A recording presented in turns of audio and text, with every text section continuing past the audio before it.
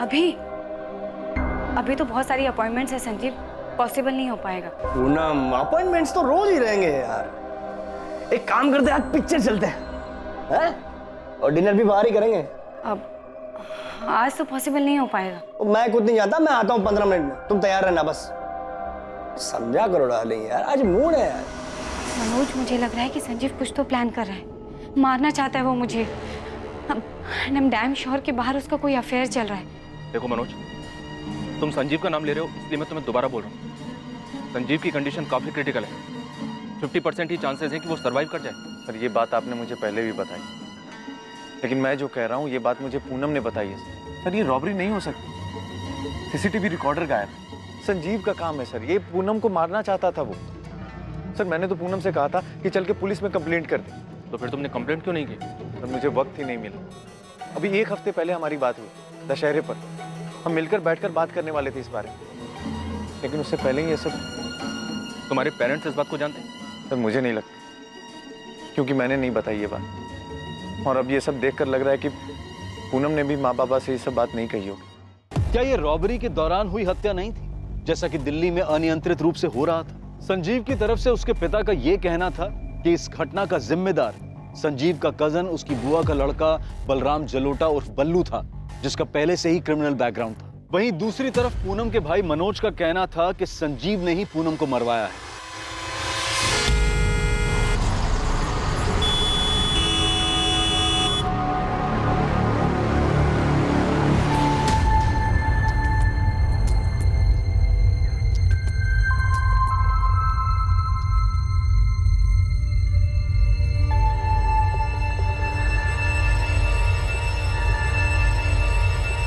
देखिए, आप लोग सिर्फ 5 मिनट के लिए मिल सकते हैं।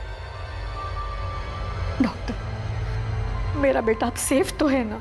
संजीव के वाइटल पैरामीटर्स को हम लोग मॉनिटर कर रहे हैं। एक बार स्टेबलाइज हो जाएंगे तो हमें दोबारा ऑपरेशन करना पड़ेगा। अभी तो हम यही कह सकते हैं कि condition is still critical. Sanjeev के फोन रिकॉर्ड्स निकलवाओ। दोनों के मोबाइल तो घर पर ही मिले हैं ना? जी सर, मोबाइल चोरी नहीं हुआ है। दिल्ली के आज तक के हाउस ब्रेक्स में यही ट्रेंड देखा गया है। लेकिन एक बात अजीब है सर, ये पूनम का भाई मनोज संजीव चोपड़ा का नाम ले रहा है। बिना आग के धुआं नहीं उठता। पड़ोसियों से पता करते हैं, सेल फोन और कॉल रिकॉर्ड्स काफी कुछ बताएंगे। यहाँ रॉबरी के एंगल के साथ बल्लू और मनोज का एलिगेशन, इन दोनों एंगल्स को भी देखना पड़ेगा। और यह भी हो सकता है कि किसी ने रॉबरी की आड़ में छिपकर यह काम किया। बल्लू, अब देखते ही गोली मार दीजिए बल्लू को। मेरा बेटा नहीं है वो। और हम नहीं जानते कि वो कहाँ है, और न ही हमें कोई फर्क पड़ता है। उसने अपने ही भाई को मौत के मुंह पर लाकर छोड़ दिया, उसकी बीवी को मार दिया। आप उसे मार दीजिए। उषा जी, धीरज जी, आप लोगों का गुस्सा और संजीव के परिवार की तरफ आप लोगों की भावना एक तरफ है, लेकिन हमें बल्लू को पकड़ना। और बल्लू वो हमारा बेटा नहीं है। जब वो पहली बार अरेस्ट हुआ था ना, हमने सारे रिश्ते तोड़ दिए थे उससे। बलराम जलोटा और बल्लू के नाम से कुछ 1 महीने पहले हमारे यहाँ कंप्लेन दर्ज हुई है। कंप्लेनेंट उसका कजन संजीव और उसके पिता धनीराम है। सर, संजीव और उसकी वाइफ पूनम के बारे में तो सुना ही होगा आपने। हाँ आरती, पता चला, पर बल्लू गाजियाबाद में एक मर्डर चार्जेज में अंडर ट्रायल था। इसी साल मार्च में उसकी बेल हुई थी। संजीव के कंप्लेन पर हमने इन्वेस्टिगेशन शुरू की। जिस नंबर से बल्लू से धमकियां देता था वो स्विच ऑफ आ रहा था और उसका एड्रेस भी फर्जी निकला। हम यहीं तक पता कर पाए, फिर भी बल्लू का लेखा जोखा ले देकर गाजियाबाद के सेंट्रल जेल तक ही गया, पर उसका कोई पता ठिकाना नहीं। इस तरह का कांड करके वो कहाँ भागा होगा, ये तो अब जाके पता लगाना पड़ेगा। सर, आपको जितनी डिटेल्स मिली है हमें भेज दीजिए। श्योर। संजीव जी और पूनम के बीच अनबन, ये कैसा सवाल है? उनके घर में चोरी हुई है और इसका और उसका क्या दीदी जी, आप उनके पड़ोसी हैं, आप उन दोनों को अच्छे से जानती होंगी। उनकी शादी को 5 साल हो गए। मैं बस ऐसे ही पूछ रहा हूँ उनके बारे में, उनके आपसी रिश्ते के बारे में। क्या कोई अनबन थी दोनों के बीच? जहाँ तक मैं जानती हूँ, संजीव और पूनम एक दूसरे के साथ काफी खुश थे। यहाँ तक उनकी शादी को 5 साल हो गए थे, पर उनका कोई बच्चा नहीं था। तो एक बार मैंने खुद ही सामने से उनसे पूछ लिया। You know what, प्रीति, मैं और संजीव हम दोनों ही बहुत एम्बिशियस है। मैं पूरे शहर में अपने ब्यूटी पार्लर की एक चेन शुरू करना चाहती हूँ, और मेरी इस एम्बिशन को पूरा करने के लिए संजीव हर वक्त मेरे साथ खड़ा है। पूनम, ऐसा तुम मानती हो, पर ज्यादा देर होगी ना तो। देर वेर से पड़ोसियों और फैमिलीज को लगती है प्रीति, मेरे और संजीव के लिए तो बिल्कुल भी नहीं। इनफैक्ट पिछले महीने ही मेरी ब्यूटी पार्लर की 3rd ब्रांच ओपन हुई, और ऐसे 3 ब्रांचेस मुझे और चाहिए दिल्ली में और बाहर भी। रही बच्चे की बात तो यार सब बाद में देखा जाए। पूनम और संजीव की लव मैरिज थी और सच कहूँ तो मैंने दोनों के बीच कभी अनबन नहीं देखी और कभी उन्हें झगड़ते हुए भी नहीं देखा। दोनों मॉडर्न कपल थे, एम्बिशियस। देख नदी, ये है बलराम जलोटा और बल्लू। आपने बताया था मैडम, इसने गाजियाबाद में 2 मर्डर किए थे। हाँ, केस अंडर ट्रायल है। ये बल्लू संजीव की बुआ का लड़का है। नदीम तू काम पे लग जा, इस बल्लू को ढूंढ के निकाल। बुलेट एक ही टाइप की है, लेकिन दोनों अलग अलग गन से चली है। तुम बोल रहे हो कि 2 गन्स यूज हुई है, पर दोनों गन्स एक ही मेक की है। बिल्कुल सही राठौर, एक जैसी 2 गन। तो हम ये मान सकते हैं कि हमलावर 2 लोग रहे होंगे। होना चाहिए, लेकिन घर में कोई निशान नहीं मिला, कोई फिंगरप्रिंट्स भी नहीं और किसी भी तरह का कोई निशान नहीं।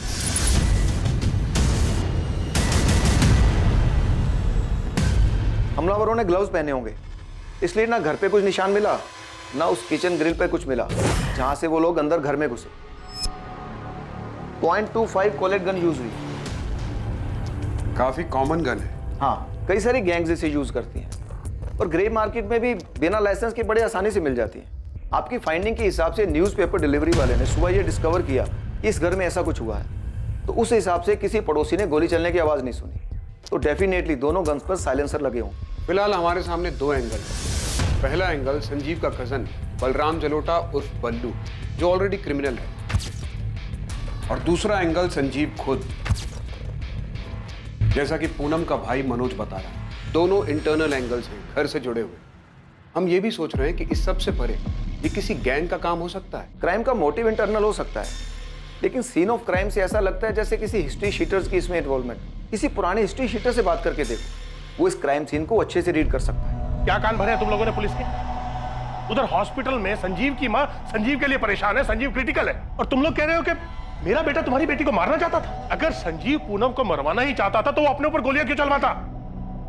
और ये मनोज, दिमाग खराब हो गया इसका, कुछ भी बके जा रहा है। पूनम ने मुझे ये बात खुद बताई थी कि डर है उसे कि संजीव उसे मारना चाहता था। का डर?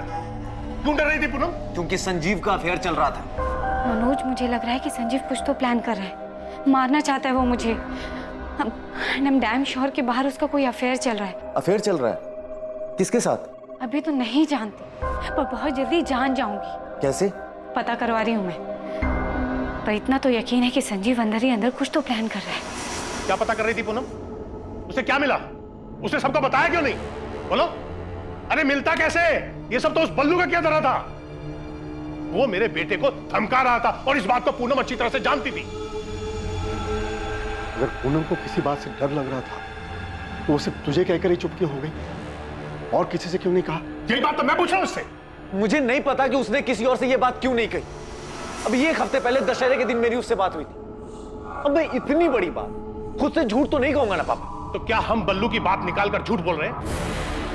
पूनम भी अच्छी तरह से जानती थी कि बल्लू संजीव को धमका रहा है। हमने उसकी पुलिस कंप्लेंट भी की थी। सर, एक कड़ी मिली है, जितेंद्र प्रसाद नाम है, अभी तिहाड़ जेल में है। ऐसे ही सिमिलर केस में कन्विक्ट हुआ है, रॉबरी कम मर्डर। जेल एसपी को इन्फॉर्म करो, मुझे अभी जितेंद्र प्रसाद से बात करनी है। आधे घंटे में पहुंच रहा हूँ। ओके सर, मैं मैसेज भिजवाती हूँ।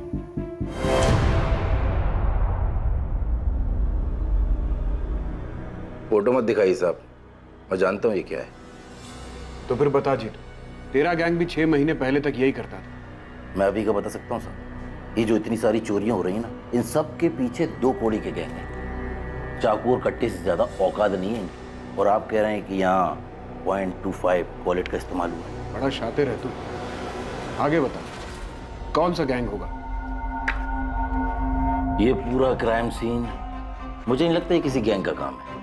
और जैसा आप बता रहे हैं, आसपास में किसी ने चीखने की आवाज नहीं सुनी, और हद तो तब हो गई जब किसी ने गन शॉट की आवाज नहीं सुनी। हाँ, नहीं सुनी। गन पर साइलेंसर होगा। आप ही सोचिए साहब, ऐसा कौन सा रॉबरी करने वाला गैंग है जो गन में साइलेंसर लगाकर ढांका डालने जाता है और अंदर घुसते ही सीधा गोलियां चलाना शुरू कर देता है। ये किसी चोरी चकारी करने वाले गैंग का काम है ही नहीं। ये जो भी है पक्का जान से मारने आया। और जैसा आप बता रहे हैं ना, वो एक बंदा बच गया, वो गलती से बच गया होगा या वो चेक करने में उनसे गलती हुई होगी। सही मायने में तो ये रॉबरी एक बहाना है, वो लोग इन दोनों को जान से मारने आए थे। बल्लू नाम सुना है? बलराम जलोटा? हाँ, कहाँ मिलेगा? पिछले 6 महीने से अंदर हूँ साहब। ताज़ा अपडेट तो पता नहीं है, लेकिन हाँ शायद गाजियाबाद जेल में बंद है वो। वहाँ से तो बेल पे निकला था। फिर तो आप ही जानो साहब। वैसे ये कांड बल्लू ने किया? हाँ, ऐसी इन्फॉर्मेशन है हमारे पास, क्योंकि इस कांड में जो बंदा बुरी तरह से इंजर्ड हुआ है वो बल्लू का कजन है। मैंने पहले ही बोला था, ये आपसी रंजिश का मामला है, किसी गैंग का इसमें कोई हाथ है ही नहीं। धीरे धीरे अब ये साफ हो रहा था कि ये रॉबरी, ये शूट आउट, पूनम चोपड़ा की हत्या और संजीव चोपड़ा को जख्मी हालत में मरा हुआ समझकर छोड़ना कोई नॉर्मल रॉबरी या शूट आउट नहीं हो सकता था। क्या पूनम का डर कि संजीव उसे मारना चाहता था वाकई में सच था, या फिर ये शूट आउट बल्लू की धमकी का नतीजा था? इस केस में अब कुछ चौंकाने वाले खुलासे होने वाले थे। सर, मैं पूनम का पार्लर मैनेज करती हूँ। वो मुझसे कभी भी अपनी पर्सनल लाइफ डिस्कस नहीं करती थी। कुछ तो सुना होगा तुमने। अच्छा, कभी कुछ सेंस किया तुमने कि वो अपने पति से किसी बात को लेकर डर रही है? मैं कैसे सेंस करती? मुझे फ़ोन पर पूनम की बातें सुनने का कोई शौक नहीं था। हाँ, इतना समझती हूँ कि पूनम ने पार्लर में काफ़ी पैसा इन्वेस्ट किया था और वो नई ब्रांचेस भी खोल रही थी। मैं आपको इतना बता सकती हूँ कि वो अपना पार्लर बिजनेस में फ्यूचर पता करने के लिए कुछ लोगों से मिल रही थी, उनसे बातें कर रही थी। किससे बात करती थी वो? एक टैरो कार्ड रीडर है, पूनम हमेशा उसके पास जाती थी। Tarot card reader? हाँ, वो कार्ड देखकर किस्मत के बारे में बताते हैं ना, ऐसा ही कुछ।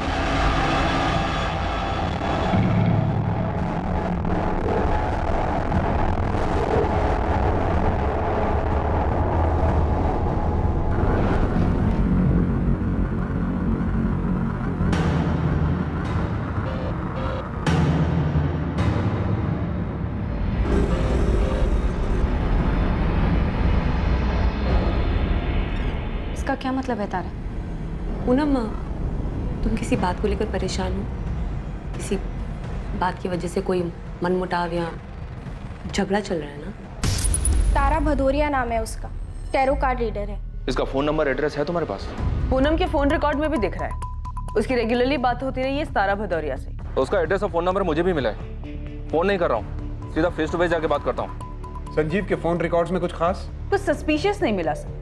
संजीव की अपने पेरेंट्स, अपनी वाइफ पूनम और कुछ दोस्तों से बात होती थी, पर हाँ, पूनम के कॉल रिकॉर्ड में बहुत सारे नंबर मिले हैं। जाहिर सी बात है, एम्बिशियस थी, अपने बिजनेस को बढ़ाना चाहती थी। रियल एस्टेट कंसल्टेंट है संजीव चोपड़ा, एक नंबर से तो काम नहीं चलता होगा उसका, जरूर उसके पास कोई दूसरा नंबर भी होगा। सर, मैं दूसरे नंबर का पता कर रही हूँ। वैसे संजीव ने अपने ऑफिस में भी सीसीटीवी कैमरास लगवाए थे, मैंने उसके फुटेजेस मंगवाए हैं।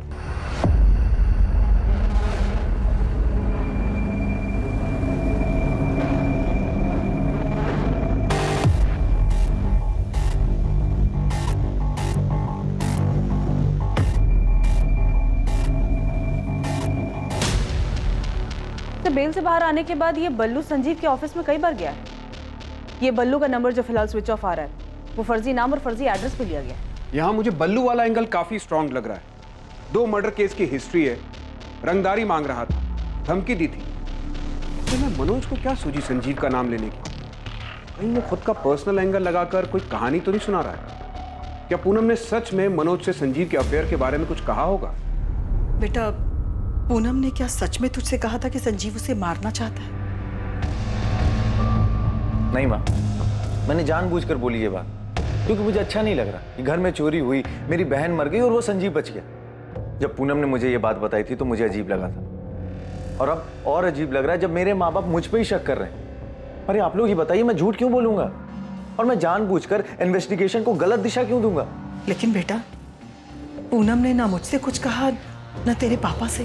अब उसने कुछ नहीं बताया तो मैं क्या करूंगा? और कसम से माँ, मुझे भी कुछ दिन पहले ही बताया उसने, और हो सकता है कि वो तुम्हें बताने वाली हो, लेकिन उससे पहले ये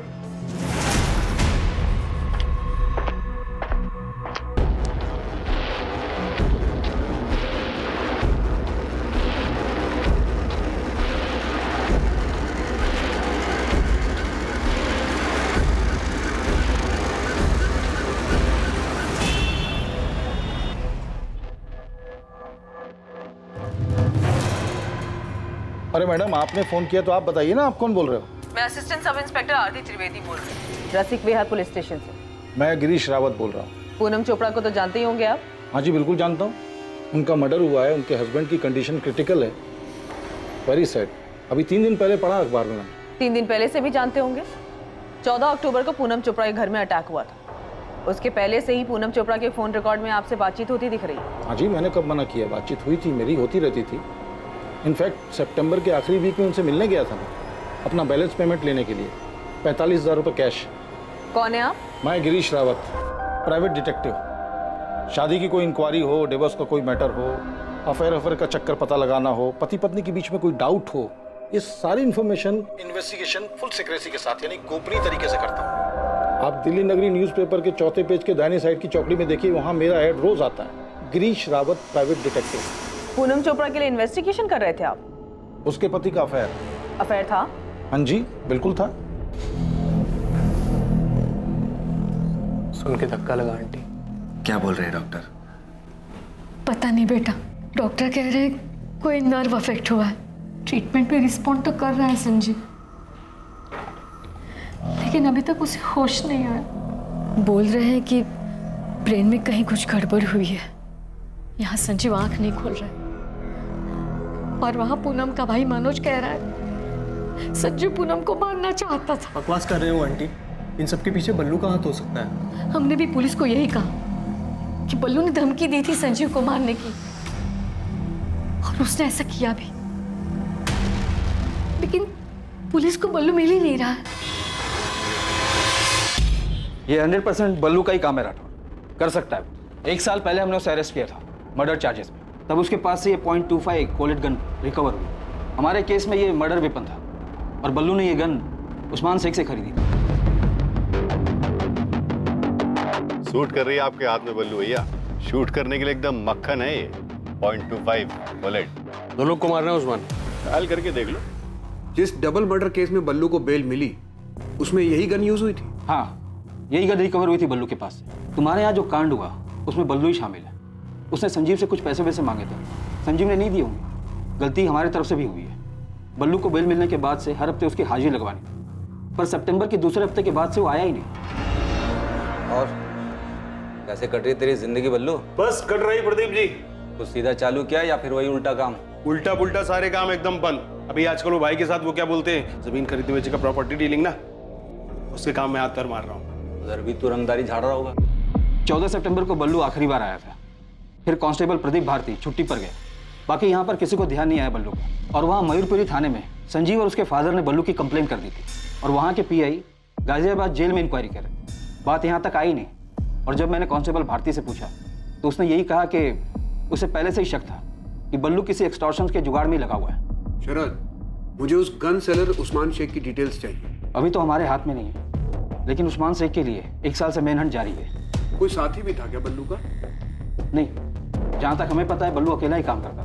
यहाँ तो 2 लोगों के होने के चांसेस हैं। अगर इसमें बल्लू था तो उसके साथ कोई और भी था, क्योंकि गोलियां 2 लोगों ने चलाई हैं। मैं पता करता हूँ, देखते हैं उसके साथ कोई साथी था या नहीं, लेकिन फिलहाल हमें उस्मान शेख को ढूंढना होगा। बल्लू की पुरानी गन तो हमारे पास है, बल्लू दूसरी गन के लिए 100% उस्मान के पास ही गया होगा।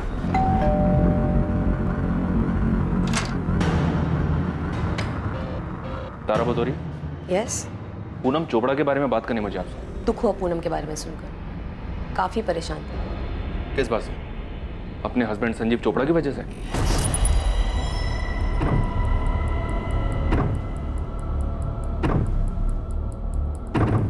पूनम जानना चाहती थी कि उसके हस्बैंड का अफेयर किस लड़की के साथ था, और ये जानना मेरे लिए चुटकी बजाने के बराबर था।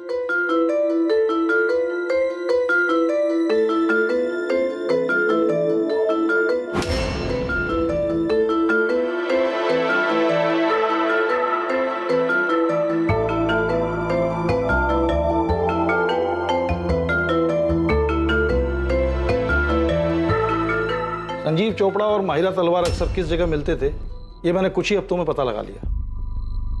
इस लड़की का नाम माहिरा तलवार है? हाँ जी, माहिरा तलवार, उम्र 27 साल। ये साकेत के एक सुपर स्टोर में सेल्स वुमेन का काम करती है। थर्सडे को माहिरा की छुट्टी होती है। इस दिन वो और आपके हस्बैंड दोनों गुरुग्राम के एक होटल में मिलते हैं। बाकी फ्राइडे टू वेडनेसडे कॉफी पे मिलते हैं रोज। ये सब कब से चल रहा है उन दोनों के बीच? देखिए, साथ में सिर्फ कॉफी ही नहीं पीते, फिजिकल रिलेशन भी है, और ये सब रातों रात नहीं होता। मेरे ख्याल से कम 1 साल से साथ में है।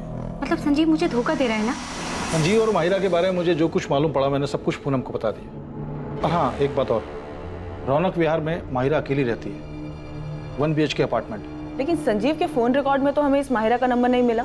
444-0981 संजीव का दूसरा नंबर। पूनम ने अपने भाई से कहा था कि उसे डर है कि संजीव उसे मारने का प्लान कर रहा है। ये बात तुम जानते थे? जी, वो अपने हस्बैंड को लेकर काफी परेशान थी। उसका हस्बैंड उसे जान से मारना चाहता था, इसलिए उसने ये खुलकर कहा था आपसे। क्या संजीव उसे मारना चाहता था? हाँ, अभी आपने ही तो कहा कि वो संजीव को लेकर काफी परेशान थी उसके अफेयर की वजह से। नहीं इंस्पेक्टर, मैंने आपसे ये कहा कि मैं ये जानती हूँ कि पूनम अपने हस्बैंड को लेकर परेशान थी, लेकिन मैं ये बिल्कुल नहीं जानती थी कि संजीव उसे मारना चाहता था। तो फिर आप और क्या जानती हैं? मैं ये तो नहीं जानता कि ये सब हुआ कैसे, पर आप उल्टा कह रही हैं। मैं आपकी बात मान लेता अगर आप ये कह दी कि पूनम अपने हस्बैंड को मारने का प्लान बना रही थी। क्या पूनम भी अपने हस्बैंड को मारने का प्लान बना रही थी? देखिए इंस्पेक्टर, मुझे कोई अंदाजा नहीं है कि संजीव पूनम को मारना चाहता था। मैं बस इतना जानती हूँ कि पूनम संजीव से बहुत परेशान थी और वो उसको सबक सिखाना चाहती थी। उसे जान से मारकर? ये मैं नहीं जानती। मैं बस ये जानती हूँ कि पूनम अपने हस्बैंड को तकलीफ पहुंचाना चाहती थी।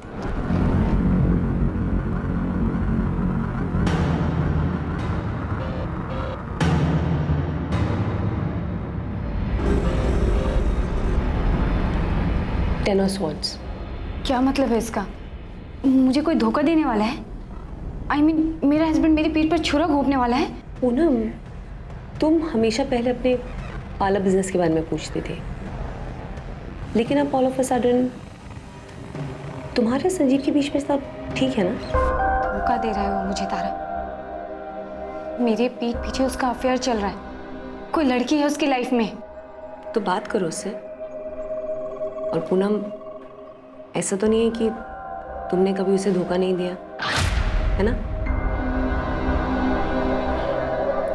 तुम रिलैक्स करो। तुम मेरी हेल्प कर सकती हो प्लीज? तुम कुछ करो ना संजीव का।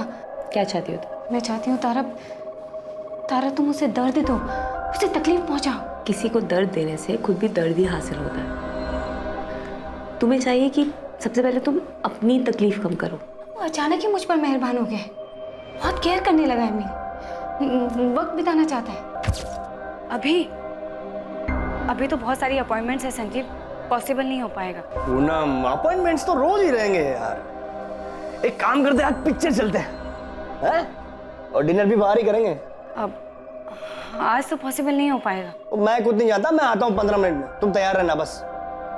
समझा करो डार्लिंग यार, आज मूड है यार। कुछ तो चल रहा है उसके दिमाग में तारा। अपने थॉट्स पर काबू रखो और मेरी बात मानो, संजीव से बात करो, ओके? पूनम मेरे पास पिछले 2 सालों से आ रही थी और पहले हमेशा वो अपने बिजनेस के बारे में बात करती थी, लेकिन फिर अचानक सब बदल गया। तो मतलब पूनम अपने हस्बैंड को मारना चाहती थी? इंस्पेक्टर, जैसा कि मैंने आपको बताया, मैं ये सब नहीं जानती। मैं एक टैरो कार्ड रीडर हूँ। ये लोगों को भड़काना या लोगों के बीच झगड़ा करवाना ये मेरा काम नहीं है। मेरे क्लाइंट्स आते हैं, कार्ड्स पिक करते हैं और मैं अपनी नॉलेज से वो कार्ड्स उनके लिए रीड करती हूँ। हाँ, लेकिन मैं आपको इतना ज़रूर बता सकती हूँ कि पूनम अपने हस्बैंड को लेकर काफ़ी परेशान थी। अब इस बारे में उसने किसी से बात क्यों नहीं की ये मैं नहीं जानती, या फिर ये भी हो सकती है। I really can't say. हाँ, पूनम मारना चाहती थी अपने पति को, लेकिन ये जो हुआ है ये पूनम ने करवाया है, ये मुझे नहीं पता। पर पूनम ने तो यही कहा था ना कि वो अपने पति से छुटकारा पाना चाहती थी। नहीं नहीं नहीं नहीं, मुझसे ऐसा नहीं कहा। मुझसे तो सिर्फ हेल्प मांगी थी। कैसी हेल्प? कुछ था उसके दिमाग में, कोई आइडिया, बस उसी को पूरा करने की हेल्प मांग रही थी मुझसे। दिल्ली के गौतम नगर के एक घर में लूट। चांद विहार में लूट के वक्त लुटेरों को रोकने की कोशिश में घर का एक आदमी मारा गया। मयूर विहार में। पूनम जी, आप मुझसे क्या चाहती हैं ये बताइए। गिरीश जी, मुझे अपने पति से छुटकारा पाने के लिए आपकी हेल्प चाहिए। देखिए, आप घबराइए मत, सब कुछ रॉबरी जैसा ही लगेगा। पूनम जी, देखिए ये मेरा काम नहीं है। आपने अपने हस्बैंड के बारे में जानकारी चाहिए, मैंने आपको दी। अब आपको एडवाइस दे सकता हूँ कि आप उनसे डिवोर्स लीजिए और उनसे अलग रहिए। लेकिन ऐसा जो आप चाह रही हैं ये मेरा काम नहीं है, ये क्राइम है, पागलपन है। और मैं आपको बताऊं, ऐसी सोच को अपने ऊपर हावी मत होने दीजिए आप। यू आर राइट, मुझे अपने हस्बैंड से बात करनी चाहिए। गिरीश जी, जब आपको मालूम था तो आपने हमें सामने से कॉल क्यों नहीं किया? क्या बताता मैडम मैं आपको कि उसके दिमाग में क्या चल रहा है, ये बताता? यस, यही बताते। आपको पहले से अंदाजा था कि ऐसा कुछ होने वाला है, जो कि हुआ भी। पहले हमें लगा कि रॉबर गैंग का काम है, बाद में ये पूनम के भाई ने बताया कि संजीव उसे मरवाना चाहता है, फिर ये बल्लू का नाम सामने आया। अब आपसे पता चल रहा है कि पूनम भी अपने हस्बैंड को मरवाना चाहती थी। मैडम, ये कोरा ख्याल था उसके मन का। वो अपने पति के अफेयर को लेकर परेशान चल रही थी, तो आ गया होगा उसके दिमाग में ऐसा कुछ। ये सिर्फ और सिर्फ ख्याल था, जो कि अब हकीकत है गिरीश जी। उस टैरो कार्ड रीडर तारा ने भी यही कहा था सर कि पूनम अपने हस्बैंड को सबक सिखाना चाहती थी। और सर, उस डिटेक्टिव गिरीश ने भी यही कहा था कि पूनम रॉबरी की आड़ में मर्डर का प्लान बना रही थी, जो कि ऑफकोर्स उल्टा पड़ गया। साला भाई ढिंडोरा पीटता है कि उसकी बहन को डर था कि उसका पति उसे मारने वाला है। यहाँ तो पूरा ही उल्टा है। खबरी नदीम का फोन है सर, हो सकता है हमलावरों के बारे में कुछ हाथ लगाओ। हाँ नदीम बोल, क्या खबर है? नाम लिखिए साहब, कमलेश रंजन और पंकज दास, ये दोनों शामिल है। क्या हिस्ट्री इनकी? एमपी की है साहब, और ये वैसे भी कोई नॉर्मल रॉबरी नहीं थी साहब। इन दोनों को हायर किया गया था पूनम चोपड़ा को मारने के लिए। पूनम चोपड़ा को मारने के लिए? नदीम दोबारा कंफर्म कर, पूनम ने हायर किया होगा संजीव को मारने के लिए? नहीं साहब, इन दोनों को हायर किया था मनीष कालरा ने। अब ये मनीष कालरा कौन है इस कांड में? साहब बहुत बड़ी मछली है ये, बहुत पैसे वाला है, मनी लैंडर है, अय्याश एक नंबर का।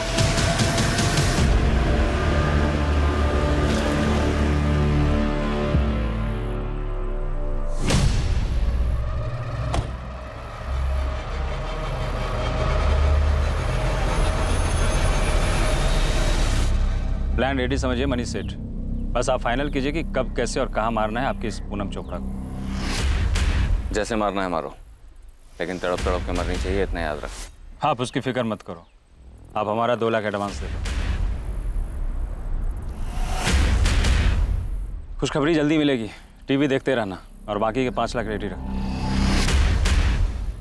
इस कांड के लिए कमलेश रंजन और पंकज दास ने अपने साथ तीसरे बंदे को भी मिलाया था। उस तीसरे बंदे का नाम है बद्रीनाथ दुबे। उसने मुझे खुद से फोन करके ये सब बताया। क्या जानता है इस कांड के बारे में बद्रीनाथ?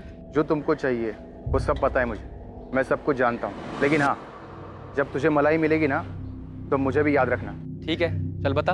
कमलेश रंजन और पंकज दास भी मुझे पैसे देने वाले थे। ये समझ लो कि मैं भी उस कांड में शामिल था, लेकिन सालों ने मेरे से उस पूनम चोपड़ा की सारी फील्डिंग करवाई। ब्यूटी पार्लर से घर, घर से ब्यूटी पार्लर, कहाँ जाती है, कहाँ रुकती है, सारा डिटेल दिया उनको। उन्होंने लूटा भी, कांड भी किया और उस मनीष सेठ से पैसे भी उठाए, पर जैसे ही पैसे मिले मुझे भूल गए। अब फोन बंद करके बैठे हैं। देख लो साहब, हम यहाँ ये एंगल खंगाल रहे हैं और ये कांड हुआ है ये मनीष कालरा के कहने। मनीष कालरा? हाँ, मनी लैंडर है। हाँ जानती हूँ, उसने पूनम के पार्लर में पैसे लगाए हैं। पूनम का अच्छा दोस्त है। दोस्त है? और क्या बताया तुम्हें उन दोनों के बारे में? अच्छा, उन दोनों की दोस्ती में कोई दरार आ गई थी क्या? सर, इसका तो मुझे कोई अंदाजा नहीं है, पर आप ऐसा क्यों पूछ रहे हैं? मनीष ने कुछ किया है क्या? वो भी हम जल्दी ही पता लगा लेंगे।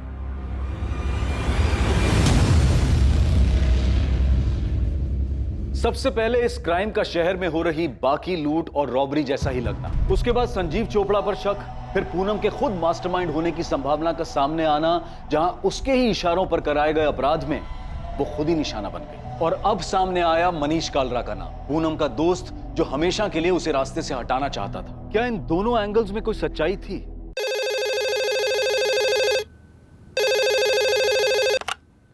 हेलो सर, वो बल्लू का फोन आया था। कब किया था? कहां से किया था ये तो नहीं बताया, लेकिन वो सब कुछ जानता है, सब कुछ।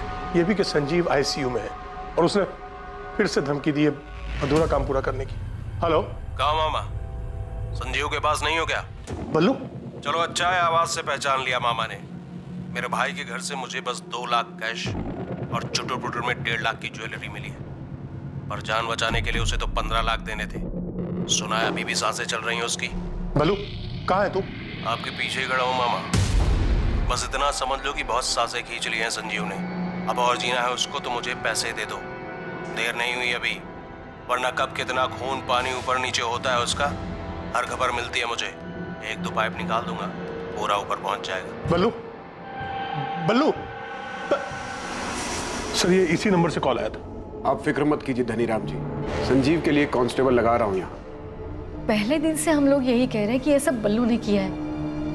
पता नहीं वो मनोज बार बार संजीव का नाम क्यों ले रहा है। वो बिजनेस तुम्हारा है पूनम, अब वो मुनाफे में रहे या घाटे में मुझे उसे कोई मतलब नहीं। मुझे नहीं पता कि संजीव ने तुम्हारा साथ किस लिए दिया, लेकिन मैं फेवर नहीं कर सकता। I am sorry. हो प्लीज, मैं तुमसे फेवर मांग भी नहीं रही हूँ मनोज। मैं सिर्फ पापा जी के गुरुग्राम वाले फ्लैट की बात कर रही हूँ। हाँ तो वो फ्लैट मेरे नाम पर है। हाँ है तो, उसमें मेरा भी हिस्सा है। शायद तुम भूल रही हो, कि उस फ्लैट के हिस्से के बदले में पापा जी से तुमने बहुत पैसे ले लिए और शायद बर्बाद भी कर दी। मेरे सिर्फ एक केस करने की देर है मनोज, समझे? तो डिस्प्यूटेड प्रॉपर्टी हो जाएगी वो, और उसमें मेरा भी शेयर है, शायद तुम भूल रहे हो। हाँ तो तुमने अपने शेयर के बदले में कैश ले लिया है ना। मनोज मुझे सिर्फ पैसे चाहिए, एनी हाउ जरूरत है मुझे। अब चाहे तुम मार्केट रेट पे 50% कैश दो या फिर फ्लैट बेचकर मुझे पैसे दो। तुम बहुत सेल्फिश हो पूनम। तो तुम्हें भी अपनी छोटी बहन के लिए अपने दिल में थोड़ी सी बड़ी जगह कर लेनी चाहिए।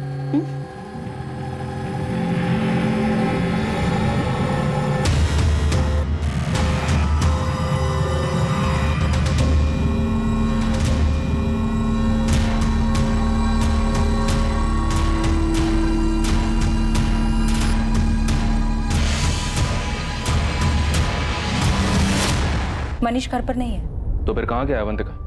कुछ काम से बाहर गए हैं। और कब गया? 2 दिन पहले। आपका पति 2 दिन से घर नहीं लौटा, पता नहीं कहाँ गया है, और आप ऐसे ही आराम से घर में बैठी हैं। क्योंकि वो कह कर गए हैं कि उन्हें आने में टाइम लगेगा। वो जहाँ कहीं भी छुपा हुआ है ना, उसको बता देना। जल्दी नहीं लौटा तो पूरे परिवार के लिए मुश्किल खड़ी हो जाएगी। मेरे पति किसी को नहीं मरवा सकते, आप उन पर गलत इल्जाम लगा रहे हैं। तो बता देना उसको, यही बात थाने आकर बता दे हमें। समझ में आया?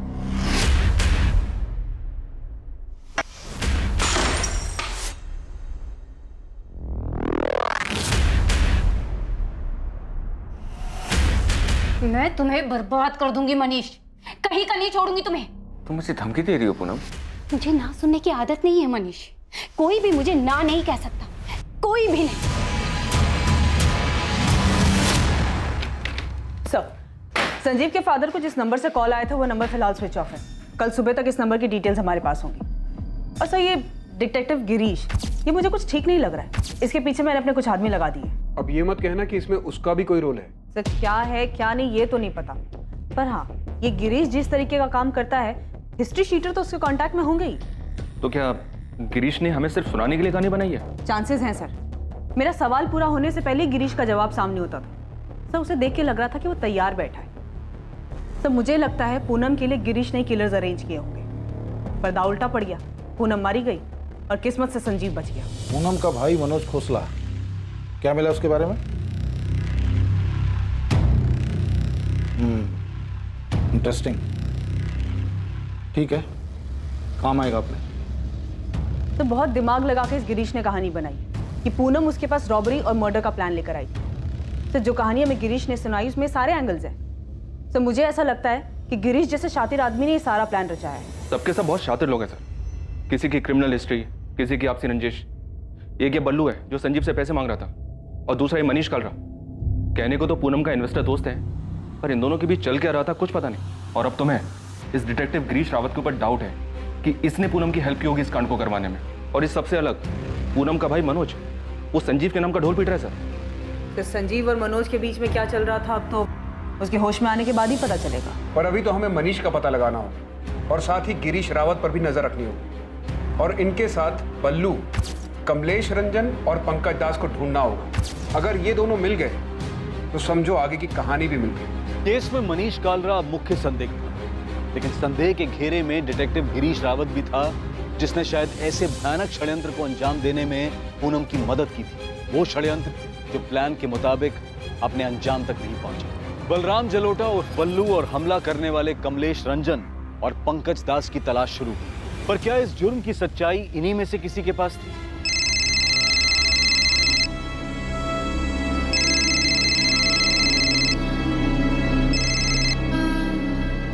शोएब मुझे परेशान मत करो। होटल शाइनिंग मून, जहांगीरपुरा, यही बात मेरे सामने आकर बोल दो। मैं नहीं आऊंगी। आना पड़ेगा। मैं नहीं आऊंगी, सुना तुमने? तो तुम भी कान खोलकर सुन लो। एक फोन करने के बाद पुलिस भी तुम्हारी बात नहीं सुनेगी। तुम ब्लैकमेल कर रहे हो मुझे? ब्लैकमेल? तुमने मर्डर किया है माहिरा, पूनम को मार दिया है तुमने, और संजीव को मरने के लिए छोड़ दिया, तो कभी भी मर सकता है। मैंने कुछ नहीं किया है। होटल शाइनिंग मून 12 बजे आ जाना। किसी को कुछ नहीं पता चलेगा कि तुमने क्या किया।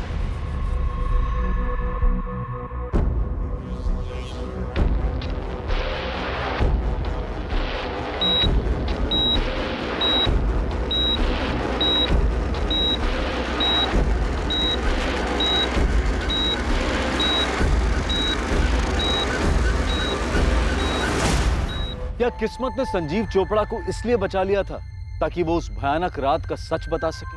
कहते हैं जाको राखे साइयां मार सके ना कोई। क्या संजीव के साथ भी ऐसा ही होने वाला था? क्या हुआ था उस रात? कैसे हुआ था? किसने किया था? इन सारे सवालों के जवाब हमें मिलेंगे कल रात 11 बजे इस केस के दूसरे और आखिरी भाग में। जय हिंद। दिल्ली के अलग अलग हिस्सों में चेन स्नैचिंग, घरों में डकैती, सेंधमारी जैसी वारदातें अपनी चरम पर हैं। पुलिस के पास अभी तक इन सवालों का कोई जवाब नहीं है कि ये किसी एक ही गुट का काम है या फिर इन सभी वारदातों को अलग अलग गिरोह अंजाम दे रहे हैं। इन वारदातों में शामिल असामाजिक तत्वों का मुकाबला करने में पुलिस को खासी दिक्कतों का सामना करना पड़ रहा है और दोबारा से दिल्ली की एक कॉलोनी से ऐसी ही वारदात की खबर सामने आई है। बताया जा रहा है कि इस बार लूट के साथ गोलियां भी चलाई गई है।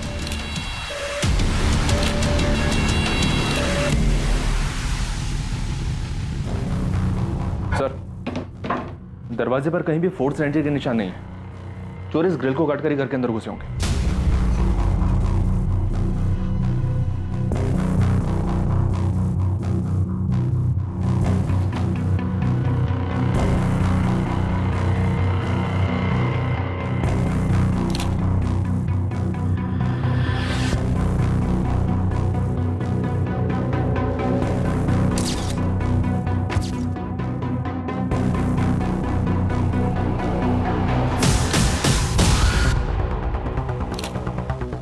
अंकुर, बुलेट शेल्स मिल गई? जी, टोटल 6 शेल्स मिले, 3 यहाँ बेड पर और 3 यहाँ फ्लोर से, जहाँ संजीव मिला।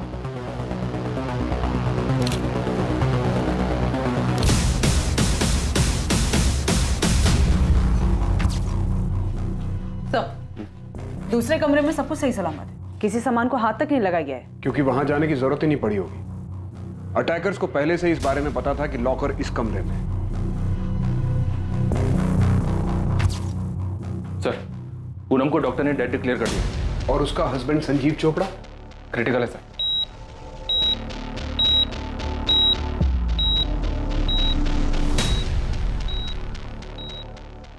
संजीव चोपड़ा ऑपरेशन थिएटर में जिंदगी और मौत के बीच संघर्ष कर रहा था।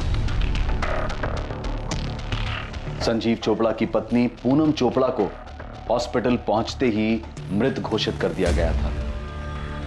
दिल्ली में इस डकैती और शूटआउट को एक रात पहले अंजाम दिया गया था।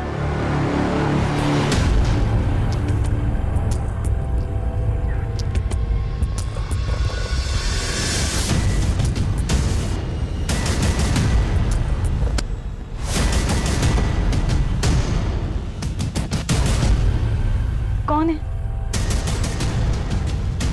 अरे कौन है भाई?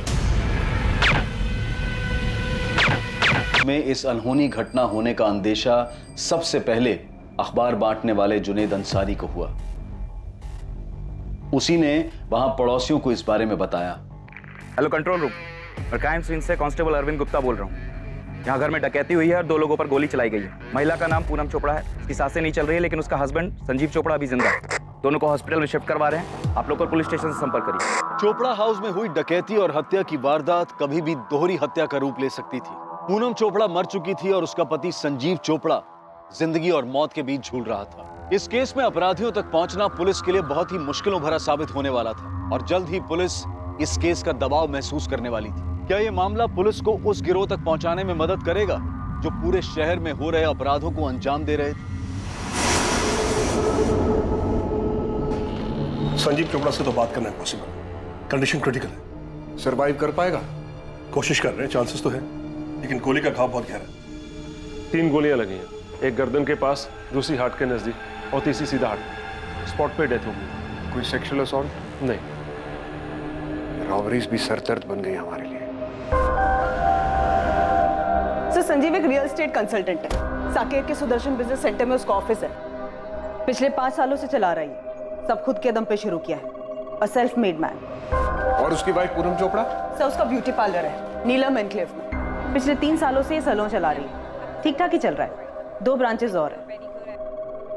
सर, ये संजीव के पेरेंट्स हैं।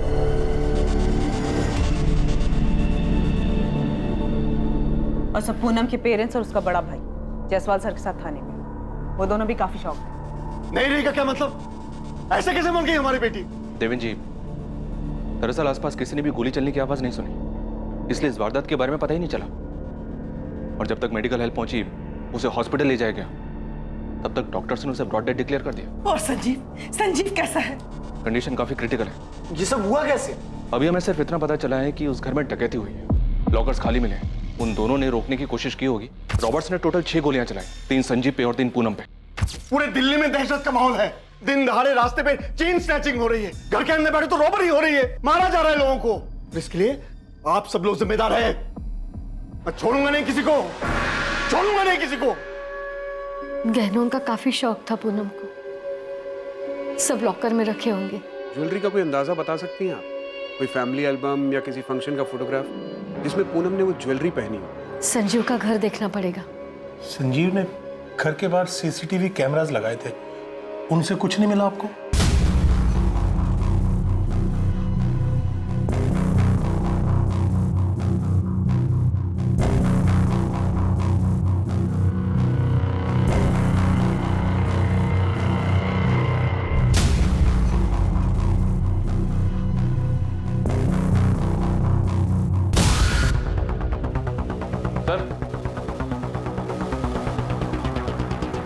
रिकॉर्डर इसी जगह पर होगा सर।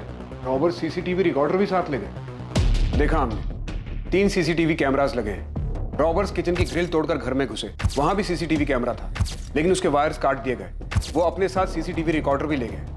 देखिए, हम सेम मोडस ऑपरेंडी वाली रॉबरीज का पता कर रहे हैं। शायद आप लोगों के बेटे के घर में उन्हीं में से कोई घुसा। धनीराम जी, शायद आप कुछ जानते हैं। आपको कुछ बताना है? कुछ जानते हैं आप? जी मैं जानता हूं ये किसने किया। किसने? तुम कुछ जानते हो मनोज? सर मुझे पहले ही आप लोगों के पास आ जाना चाहिए था। मतलब ये प्लेन रॉबरी मर्डर नहीं है? तुम जानते हो कि ये किसने किया है? जानता हूँ सर। किसने किया है? सर ये बल्लू ने किया है। कौन बल्लू? सर बलराम जलोटा, मेरी छोटी बहन उषा का बेटा है। क्रिमिनल है सर, वो पहले भी संजीव को धमका चुका है। 15 लाख रुपए? किस बात के बल्लू? मेरा मुंह बंद करने के लिए फरीदाबाद वाली जमीन जो तुम्हें मिली है ना, वो डिस्प्यूटेड है और तुम नहीं चाहोगे कि उस पे मैं कोई सवाल खड़ा करूं। तुम बाहर में जाओ बल्लू, मैं एक दमड़ी भी नहीं दूंगा। सोच लो संजू, तुम्हारा काम ना बहुत अच्छे से चल रहा है, और वो भाभी का क्या बोलते हैं ब्यूटी पार्लर, वो भी अच्छे से चल रहा है। तो 15 लाख कोई बड़ी रकम नहीं है। और हाँ, कह के जा रहा हूं और लेके भी जाऊंगा। और हाँ, नहीं मिला ना तो कोई बात नहीं। तुमको पता है ना कि मेरे ऊपर पहले से 2 मर्डर चार्जेस हैं। भैया आप तो जानते हैं, जब पहली बार मर्डर केस में बल्लू का नाम आया था, हमने तभी उसे अपने घर से निकाल दिया था। 1 साल हो गया, ना उससे देखा है ना उससे बात की। मैं क्या करूं? वो बार बार संजीव को धमकी दे रहा है। भैया इसके पहले वो कुछ और करे, आप मेरी बात मानिए, आप पुलिस के पास जाइए। बल्लू मेरा बेटा ही नहीं है, मैं नहीं मानती हूँ उसे अपना बेटा। अपने घर का लड़का अपने ही घर में ऐसा डका डाल रहा है। थाने चल, अब कंप्लेंट करने के अलावा और कोई चारा नहीं है। नहीं पापा, उसने धमकी दे रखी। अगर हम पुलिस को बताएंगे तो मुझे या फिर आपको मार डालेगा। आप तो जानते हो बल्लू कैसा है। तो क्या करेगा तू? उसे देगा 15 लाख रुपए। तू अभी के अभी मेरे साथ पुलिस स्टेशन चल। सर 3 हफ्ता पहले हमने इस बलराम के नाम पर मयूरपुरी पुलिस स्टेशन में शिकायत भी दर्ज की थी। बलराम उर्फ बल्लू की सारी डिटेल्स और अपनी बहन का एड्रेस भी दीजिए हमें। संजीव चोपड़ा? मतलब तुम ये कह रहे हो कि तुम्हारे जीजा ने तुम्हारी बहन का मर्डर किया? इसके पीछे वही है सर। सर पूनम को डर था कि संजीव उसे मारने की प्लानिंग कर रहा है। क्या कह रही हो पूनम? संजीव तुझे मारना चाहता है? हाँ मनोज, मुझे उसकी आंखों में दिख रहा है, कुछ समय से कुछ ज्यादा ही अच्छा पेश आ रहा है, और मुझे पूरा यकीन है कि उसके दिमाग में कुछ ना कुछ जरूर चल रहा है।